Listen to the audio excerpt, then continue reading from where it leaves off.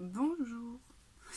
Moi je voulais faire une vidéo aujourd'hui suite à un échange d'une très grande qualité et grande profondeur avec une amie qui m'est chère sur... Est-ce qu'il y a un mot en particulier? Là c'est le mot détente qui me vient à l'esprit.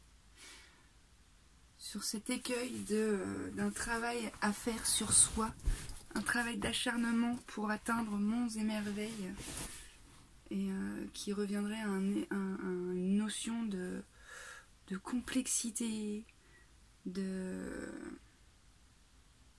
d'effort du feu de Dieu à faire pour acquérir des espaces intérieurs plus libres et plus lumineux.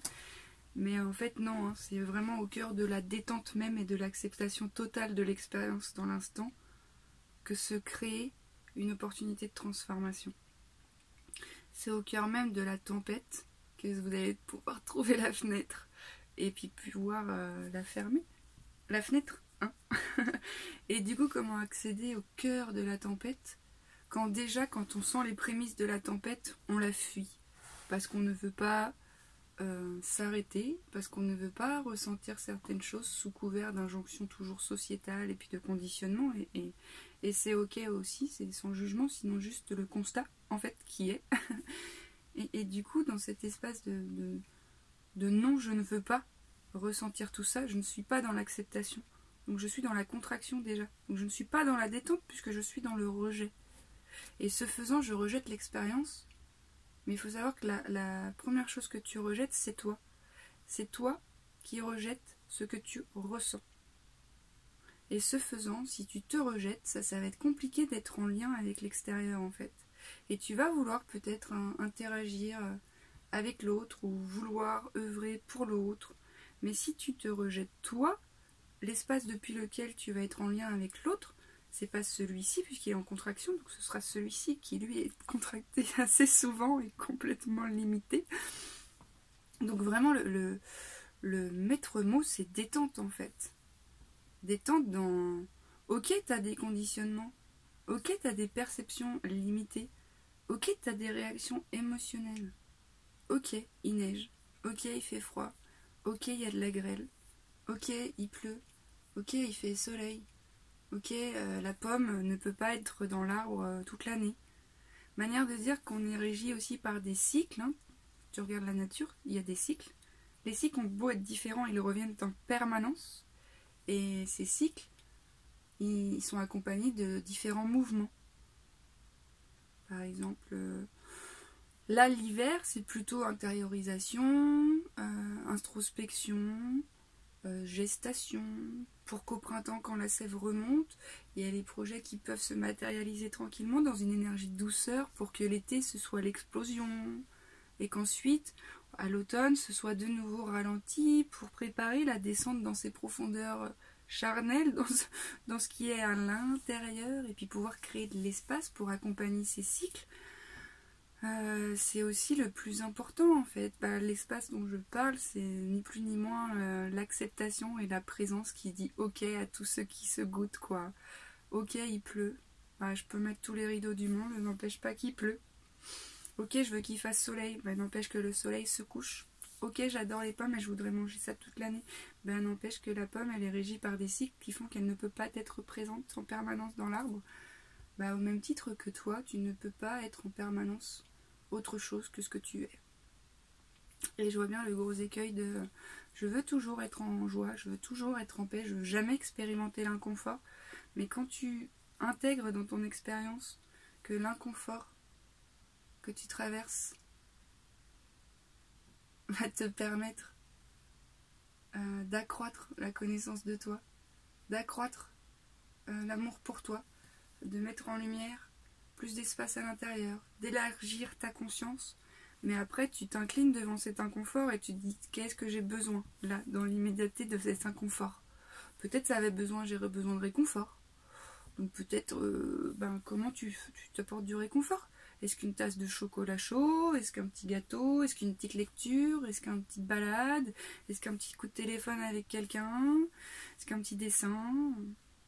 Une piscine, un ciné, qu'importe en fait. Tu peux nourrir ton besoin. Tu peux même te servir de l'autre pour nourrir ton besoin. Là, dans cet espace d'inconfort, j'ai besoin d'être en lien pour aller chercher des informations que j'ai pas, pour entendre l'expérience de l'autre qui peut-être peut m'inspirer, puis me permettre de me dire ah finalement en fait on est tous pareils. Et du coup dans cet inconfort de pouvoir même pris là-dedans d'être en lien en fait, en toute humilité, en toute transparence de ce que je traverse c'est ça. Et c'est ça qui est présent dans l'instant. Et tu peux aussi t'offrir dans cette couleur-là. Hein. T'es pas obligé d'être en lien en permanence et d'être celui qui fait rire, celui qui motive, celui qui comprend. Tu peux être aussi celui qui a besoin de repos et besoin de soutien en fait. Puisque la vie est cycle, tu expérimentes tout. Donc tu vas expérimenter les phases où tu seras dans le besoin, d'autres où tu pourras donner, d'autres où tu pourras recevoir, d'autres où tu ne pourras pas recevoir, d'autres où tu ne pourras pas donner. Qu'importe, la seule chose que tu dois te dois de faire dans cet espace-là, c'est de te recevoir toi et toi. Donc effectivement, la détente, de créer un espace. Et tu sais très bien quand il n'y a pas d'espace ou pas à l'intérieur de toi, c'est quand il t'arrive un imprévu, tu rentres en réaction directe. La voiture qui démarre pas, ou un rendez-vous qui s'annule, ou quelque chose qui devait se faire qui se fait pas. Ou par exemple, moi je vais vous parler d'une expérience. J'attendais une amie pour aller manger une gaufre, et elle m'appelle au moment où on était censé se retrouver pour me dire en fait j'aurai un quart d'heure de retard. Ok. Donc je me suis plutôt détendue dans l'instant. J'ai plutôt cette possibilité de là t'accueillir, donc je suis allée me balader. Je suis rentrée dans une boutique, j'ai conversé avec la personne qui gérait la boutique. Un échange d'une qualité, mes amis, mais c'était beau, c'était bon, c'était incroyable, et je l'ai remercié cet homme pour cet échange, et puis lui aussi, parce qu'on avait bien conscience d'avoir connecté. Enfin, c'était chouette, c'était léger, quoi, tout simplement. Et en fait, j'ai retrouvé cet ami qui s'est confondu en excuses, et je lui ai dit, mais en fait, merci d'être arrivé en retard, parce que j'ai vécu un moment que je n'aurais pas pu vivre si tu avais été à l'heure. Mais manière de dire que tout est juste, et que dans ces espaces-là, toutes les réactions le sont tout autant. À savoir si tu avais réagi en mode ouais putain mais tu fais chier, moi j'ai pas que ça à faire. La réaction elle est juste. Elle est juste dans le sens elle est que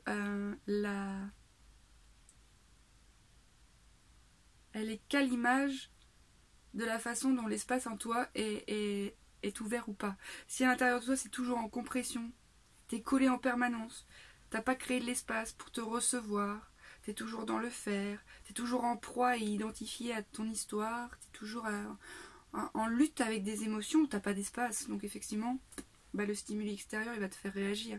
Quand je dis c'est juste que, c'est juste si j'allume une allumette, c'est juste qu'elle prenne feu au bout.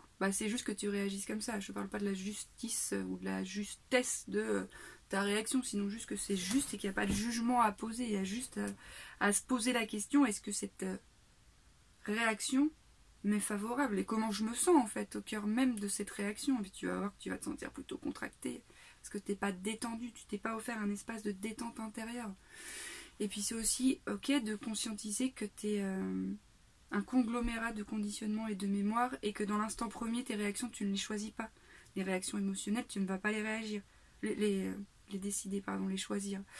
Les réactions verbales, parce qu'il y a des habitudes verbales. Dans l'instant premier, c'est très con, mais en fait, tu t'entends parler, t'es là, oh, mais c'est pas du tout ce que je voulais dire. Et c'est ok de prendre cette mesure-là et de se dire, c'est vrai, c'est pas du tout ce que je voulais dire. L'instant premier va t'échapper très très très souvent. Par contre, dans l'instant deuxième, tu peux devenir l'architecte de ce que tu veux bâtir. Et puis revenir sur ce que tu as dit.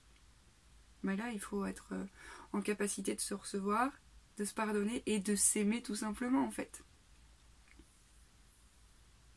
J'avais lu un truc, moi je vais paraphraser, je sais plus du tout, mais l'enseignement c'était des moines bouddhistes qui échangeaient et qui disaient mais pourquoi dois-je m'excuser de quelque chose que j'ai fait, dans le sens où si je te demande ton pardon, c'est qu'on pourrait penser que j'aurais pu faire autrement et que j'ai consciemment et volontairement choisi cette action-là, mais sauf qu'à l'époque je ne pouvais pas faire autrement. Du coup, je te demande pardon revient aussi à mettre en culpabilité le comportement que j'ai eu alors qu'il a été nécessaire pour ne plus l'avoir, de l'expérimenter. Vous voyez ce que je veux dire? Alors après, quand on touche l'autre, bien sûr qu'on peut s'excuser pour les dommages collatéraux qui ont été causés. C'était pas mon intention et je te demande pardon. bien sûr. Mais comprenez qu'effectivement, c'est surtout soi qu'on pardonne quand on demande pardon aux autres. Bah parce on s'est autorisé à se voir dans cet espace-là et on y a apposé tout l'amour pour aller vers l'autre et dire je suis désolée d'avoir agi de la sorte. Mais en fait, je me suis pardonnée d'avoir agi comme ça et par amour pour toi, je vais aussi venir te présenter mes excuses parce que si ça t'a éclaboussé, bah je m'en excuse, c'était pas ma volonté. Après, ce qui a été fait, il ne peut pas être défait. Peut-être qu'autre chose peut se faire dessus. Donc voilà, le maître mot, c'est quand même la détente. Détente au cœur de l'expérience. Détente au cœur de ce qui se joue dans l'instant. Détente. Et quand t'es en tension, bah juste le fait d'y être présent à cette tension, ça va la détendre. C'est le pouvoir magique de la présence. Donc voilà mes amis.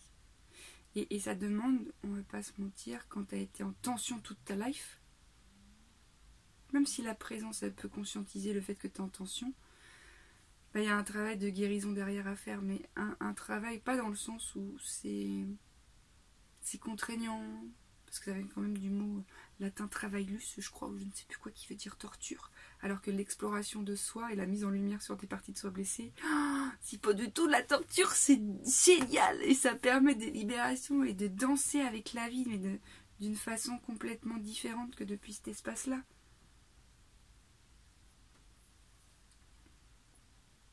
Donc voilà, puisses-tu t'offrir les espaces pour te recevoir, c'est tout ce que je te souhaite. Vraiment, de tout cœur. Et voilà, tu peux tout voir dans la description de mon site internet, ce que je fais. Et je te fais un énorme bisou, un gros câlin, du fond du cœur. Et je te souhaite des belles choses.